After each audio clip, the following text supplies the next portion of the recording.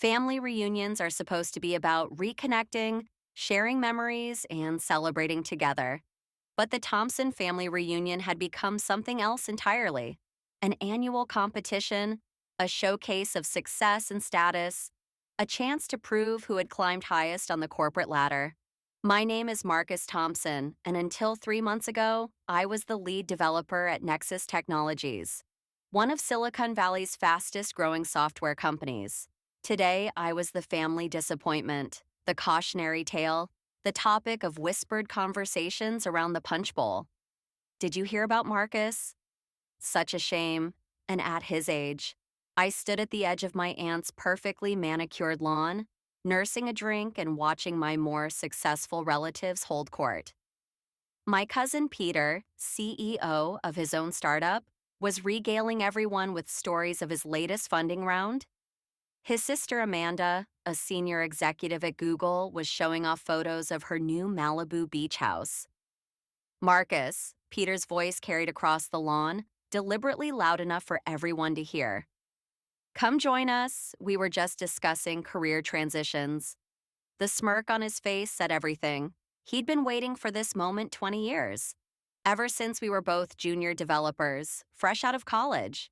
While he'd focused on climbing the management ladder, I'd stayed in the trenches, writing code, solving problems, building things that actually worked. How's the job search going? Amanda asked, feigning concern. I heard Nexus let you go during their last restructuring. Such a volatile industry, isn't it? Volatile, right? That's one way to describe what had happened at Nexus. What they didn't know, what no one knew, was the real story behind my termination. A story that was about to unfold in exactly 3 minutes. I checked my watch. 2:57 p.m. Pacific Time. Right on schedule, every computer at Nexus Technologies would be starting their automated weekend system upgrade, including the CEO's personal laptop, which he never let anyone else touch. You know, Peter continued, warming to his favorite subject, himself. In today's tech world, you have to be innovative, forward-thinking. My company just closed a $50 million round because we understand where the industry is going. I took another sip of my drink, remembering late nights in my office at Nexus, building something that would make Peter's startup look like a school science project.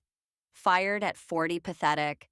That was my youngest cousin, Trevor, fresh out of business school and full of opinions about an industry he barely understood. Guess programming isn't your thing after all, cousin? The words echoed across the lawn. Other conversations stopped. All eyes turned to see how the family failure would respond. I checked my watch again. 2:58 p.m. Let me tell you what really happened at Nexus Technologies. 5 years ago, I started working on a side project. Not just any project, an AI-driven security system that could adapt to and neutralize cyber threats in real time. I called it Project Guardian. While my colleagues focused on flashy features and quick profits, I built something revolutionary. Layer by layer, line, I created an AI that could think, learn, and protect better than anything on the market. But I wasn't naive. I'd seen too many developers lose their work to corporate greed. So I built Project Guardian with a fail-safe, a hidden signature in the code that would activate under specific conditions. 2 months ago, Robert Caney, Nexus's ambitious new CEO, called me into his office. Marcus, he said, not looking up from his laptop, we're going in a different direction. The board wants to focus on consumer applications. Your security project is being terminated. I started to explain the potential of Project Guardian, but he cut me off. We've already sold your code base to a military contractor. They'll retool it for their needs. Your services are no longer required. What Kane didn't know was that I'd anticipated this move. The day I started Project Guardian, I embedded a verification protocol deep in its architecture. If anyone tried to modify or repurpose the core code without proper authorization, the system would reveal its true creator. Of course, I'd said calmly, gathering my things. I understand. The next day, headlines announced that Nexus Technologies had signed a $1.5 billion contract with the Department of Defense based on revolutionary AI security technology that Robert Caney and his team had developed. My termination agreement included a standard non-disclosure clause. I signed it without argument, much to Kane's surprise. He probably expected me to fight, claim credit, to demand recognition. But I knew something he didn't. Project Guardian wasn't just a security system. It was a testament to every developer who'd ever had their work stolen, every innovator who'd been pushed aside by corporate politics. And in exactly 2 minutes, as Nexus's systems ran their weekend upgrade, a very special piece of code would execute. You should have focused on management like me, Peter was saying, enjoying his moment of superiority. Left the coding to younger people with fresher ideas. I smiled, remembering the elegant simplicity of the verification protocol. When triggered, it would systematically catalog every line of Project Guardian's code, tracing its development history back to its original creator. My phone buzzed. A news alert. Amanda noticed. Job offer? She asked sweetly. I hear McDonald's is hiring. 2:59 p.m., somewhere in Silicon Valley Nexus Technologies headquarters, Robert Caney was probably sitting in his office preparing for Monday's board meeting where he would take full credit for my work. The same Robert Kane who'd once told me that real innovators don't waste time writing code. The same Robert Caney who'd sold my life's work without a second thought. The same Robert Caney who was about to learn a very expensive lesson about underestimating outdated developers. Actually, I said, raising my voice just enough to catch everyone's attention. Why don't we all take out our phones? I think the next few minutes are going to be quite interesting. Trevor snorted. What? Did you finally figure out how to code a calculator app? I checked my watch one final time. 3 p.m., time for Project Guardian to reveal its true guardian. My phone buzzed first, then Peter's, Amanda's. Within seconds, the peaceful afternoon air was filled with notification sounds as every phone at the reunion lit up simultaneously. Breaking news. Nexus Technologies stock altered after authentication protocol reveals unauthorized code transfer. Peter's smirk faltered as he read the headline. Amanda's perfectly manicured fingers trembled slightly as she scrolled through the article. What's happening? Trevor demanded, his youthful arrogance cracking. I took a casual sip of my drink. Oh, just a small software update. You see, when I built Project Guardian, I included something special. A little gift for anyone who tried to steal it. More phones buzzed, more headlines appeared. Department of Defense suspends $1.5 billion. Nexus contract pending investigation. Nexus CEO Robert Caney unavailable for comment as code authenticity questions emerge. Project Guardian, the hidden story behind Silicon Valley's biggest AI security system. What did you do? Peter whispered, his entrepreneurial confidence evaporating. I pulled out my laptop, the same laptop I'd used to write the original code for Project Guardian. Would you like to see? After all, you're all such experts in innovation and forward thinking. The family gathered around as I opened a secure browser window.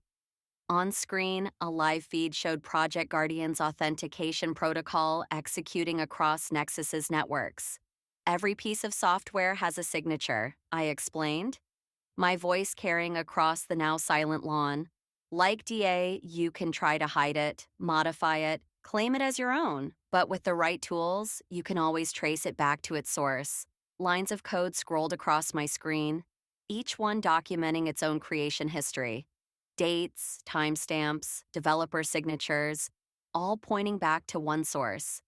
5 years, 3 months, and 12 days, I continued. That's how long I spent building Project Guardian. Every night, every weekend, while Kane and his visionaries were at charity galas and tech conferences taking credit for other people's work. My Aunt Patricia, Peter and Amanda's mother, gasped as another news alert appeared. Nexus Technologies faces multiple federal investigations over code authentication scandal. But they fired you, Trevor protested weakly. They owned your work. I smiled, pulling up another window. Actually, they didn't. You see, Project Guardian was never a Nexus project. I built it independently on my own time using own resources. I only tested it on Nexus's systems after receiving written authorization that specifically maintained my ownership rights. The document appeared on screen, an email chain that I'd carefully preserved, showing Kane's dismissive approval of my hobby project. When Kane sold my code to the military, he triggered the authentication protocol. But I designed it to wait, give them time to dig themselves deeper. Every time they modified the code, every time they claimed credit, the system documented it. Peter leaned forward, his startup founder's mind finally grasping the implications. The military contract was for stolen technology. I finished. Kane sold something he didn't own, he didn't create, something he understands, and now everyone knows it. My phone rang, a number I recognized from my Nexus days, Kane's personal line. I let it go to voicemail, but that's not even the best part. I continued, opening one final document.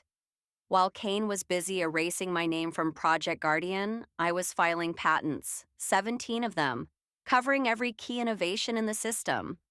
Amanda's legal expertise kicked in. You mean Nexus doesn't own Project Guardian? I do. Every line of code, every algorithm, every innovation they sold to the military, it all belongs to me. And thanks to Kane's very public claims about developing it himself, proving theft will be remarkably easy. Trevor, his earlier mockery forgotten, scrolled through news articles on his phone. The stock, it's going to crash when trading resumes. Probably. I agreed. Corporate fraud tends to have that effect. More phones rang. Reporters, lawyers, investment firms, all trying to reach various members of my successful family. Peter's startup investors would have questions about his judgment. Amanda's position at Google might need review given her connection to a major tech scandal. Why? Peter finally asked.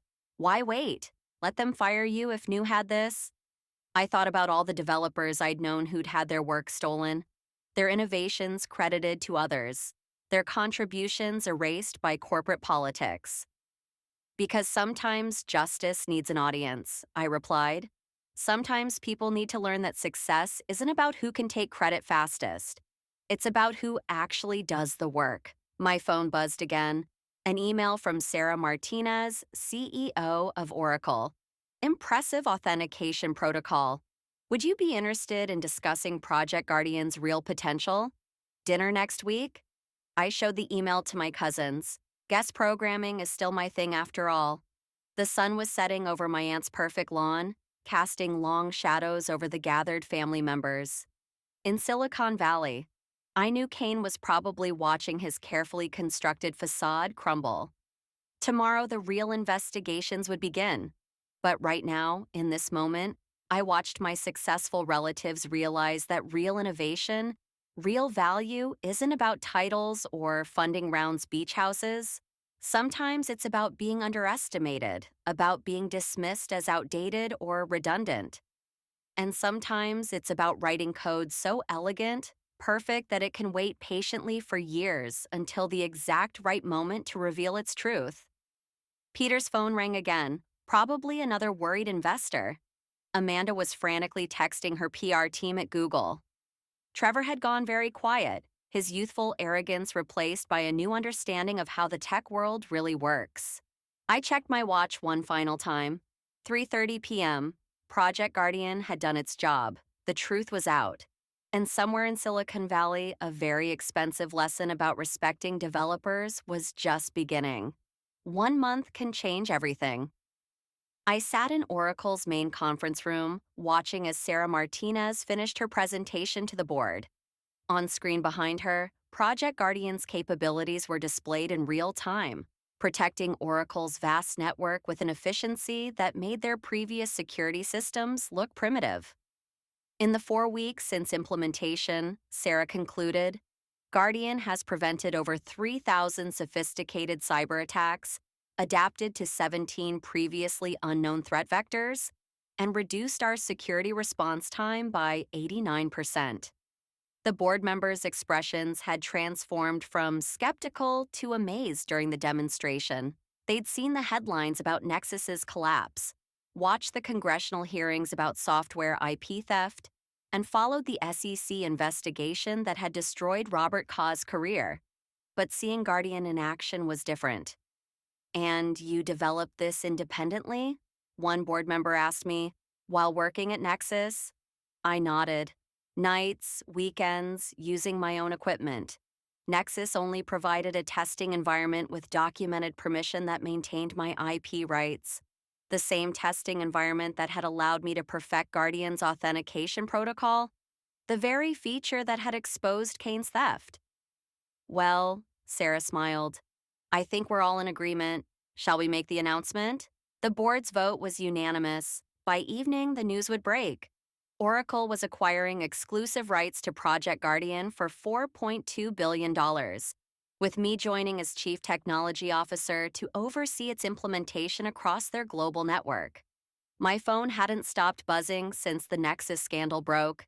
Tech journalists wanted interviews. Developers' rights organizations wanted me to speak at conferences. Congressional committees wanted my testimony on corporate IP theft. But the messages I found most interesting were from other developers. Countless stories of stolen work, erased contributions, and innovations credited to executives who couldn't write a line of code. Guardian had become more than just a security system.